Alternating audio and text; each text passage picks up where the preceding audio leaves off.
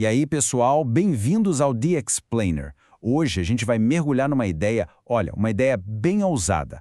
Uma única equação que promete explicar tudo, tipo a nossa realidade inteira. Será que isso é genial ou é só uma loucura? Vamos descobrir juntos. Para começar, se liga nessa frase de uma das nossas fontes. Agora eu sei que o fim do mundo é em 2015.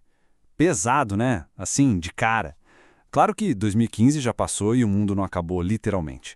Mas essa frase, ela carrega um peso, sabe? Uma desilusão gigante com um futuro que parecia certo e que simplesmente não rolou. É esse mistério que a gente vai tentar desvendar. E esse mistério todo nos joga direto na nossa primeira parte. A gente vai falar do Brasil, da história de uma promessa gigantesca que acabou se perdendo no caminho. Agora olha o contraste. Pega aquela frase pessimista sobre o fim do mundo e compara com isso aqui. Um relatório da CIA, de 2004, falando que em 15 anos a economia do Brasil ia ser maior que a da maioria dos países da Europa. A aposta era alta. O Brasil não ia ser só mais um país importante. A ideia era que o Brasil ia liderar uma mudança tão grande que nem faria mais sentido falar em país desenvolvido ou em desenvolvimento. A pergunta que fica é, para onde foi esse futuro? E esse otimismo todo não veio do nada, não. Pelo menos no papel a receita estava ali, completinha. A CIA olhava para o Brasil e via o que eles chamavam de Estado essencial. Tinha tudo, uma democracia que parecia pulsar, uma economia com várias frentes, um povo empreendedor, sabe? E instituições que pareciam ser de ferro. Era o pacote completo para o sucesso. Ok, então vem a pergunta de R$1 milhão. O que foi que deu errado? Se você sair na rua e perguntar para qualquer um, a resposta vem na ponta da língua, quase automática: corrupção. Mas, será que é só isso mesmo? Será que a resposta é tão simples assim? E é aqui que a gente entra na segunda parte do nosso papo. Vamos cutucar essa ideia. Vamos questionar essa resposta que parece tão óbvia e perguntar: e se a corrupção não for a causa de verdade? Pensa comigo. E se a corrupção, que está em toda manchete, toda conversa de bar, e se ela for só um sintoma? Tipo a febre. A febre não é a doença, ela é um sinal de que tem algo errado lá dentro, algo mais fundo, mais estrutural. É agora que a gente começa a descer por uma toca de coelho que, olha, é bem fascinante. E é nesse ponto que as nossas fontes nos apresentam um cara chamado Nimoju. E ele chega com um diagnóstico totalmente diferente. Para ele, esquece. A corrupção não é a doença.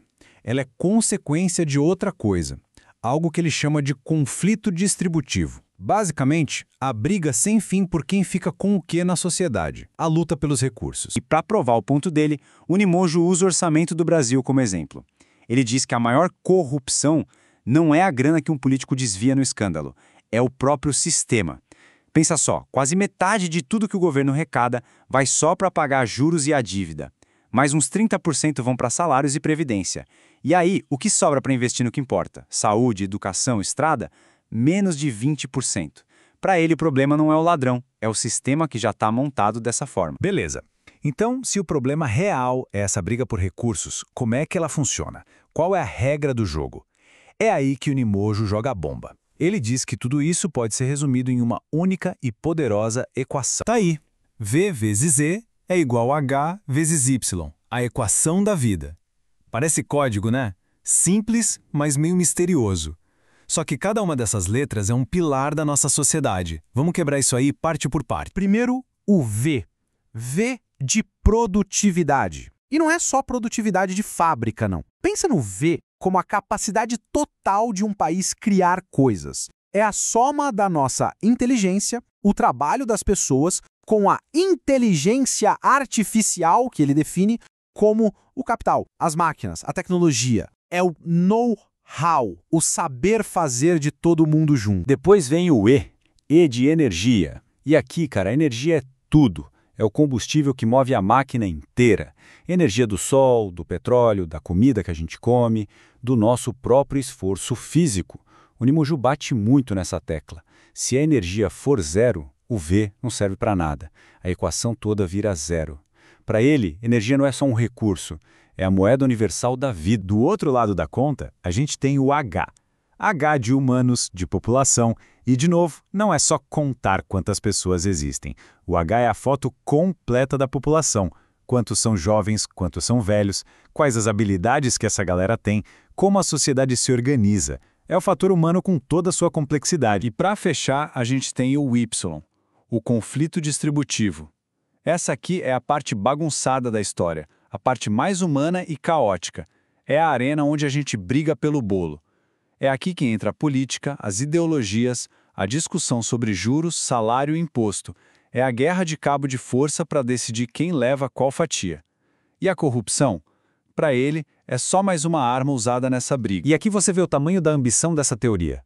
O Nimujo basicamente diz que os grandes economistas da história estavam, sem saber, olhando para pedaços diferentes dessa mesma equação. Marx focou no V, a produtividade, mas olhando pelo lado do trabalho. Keynes também focou no V, mas pelo lado do capital, do investimento. A equação do Nimujo tenta ser o mapa que conecta todos esses territórios. Ok, agora que a gente entendeu a equação, vamos dar um zoom no elemento que, segundo ele, é o mais importante de todos, a energia. Porque olhando para ela que a gente talvez ganhe um mapa totalmente novo para entender a desigualdade no mundo. Partindo da equação principal, o Nimujo cria uma coisinha bem prática, um tal de índice Gini. A conta é super simples. Você pega a população, o H, e divide pela energia, o E. Ele chama isso de índice da vida boa. A ideia é medir o bem-estar de um lugar pela quantidade de energia que tem disponível para cada pessoa. E olha só como esse índice funciona na prática. Pega o Canadá. O índice deles é tipo 15. Agora olha a Somália. O índice é 2000. A regra é, quanto menor o número, mais energia tem por cabeça e, em teoria, melhor é a vida. A diferença é brutal, né? Basicamente resume a desigualdade do planeta num único número. E o Brasil nessa história? Bom, o Nimujima chama o Brasil de o país dos 2%. E esse gráfico aqui mata a charada. Apesar de sermos um país gigante, com um monte de gente, a gente consome uma fatia minúscula da energia do mundo. E, seguindo a lógica da teoria, essa falta de combustível está amarrada diretamente com os nossos problemas de produtividade e desenvolvimento. E essa teoria não está só olhando para trás, não. É um alerta bem sério para o futuro. O Nimujo está dizendo que esse nosso estilo de vida, todo construído em cima de petróleo fácil e barato, acabou. Está com os dias contados.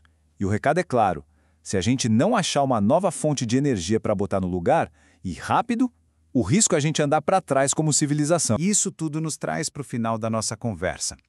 Com uma teoria que tenta explicar tudo e um alerta tão pesado, como é que a gente encara isso?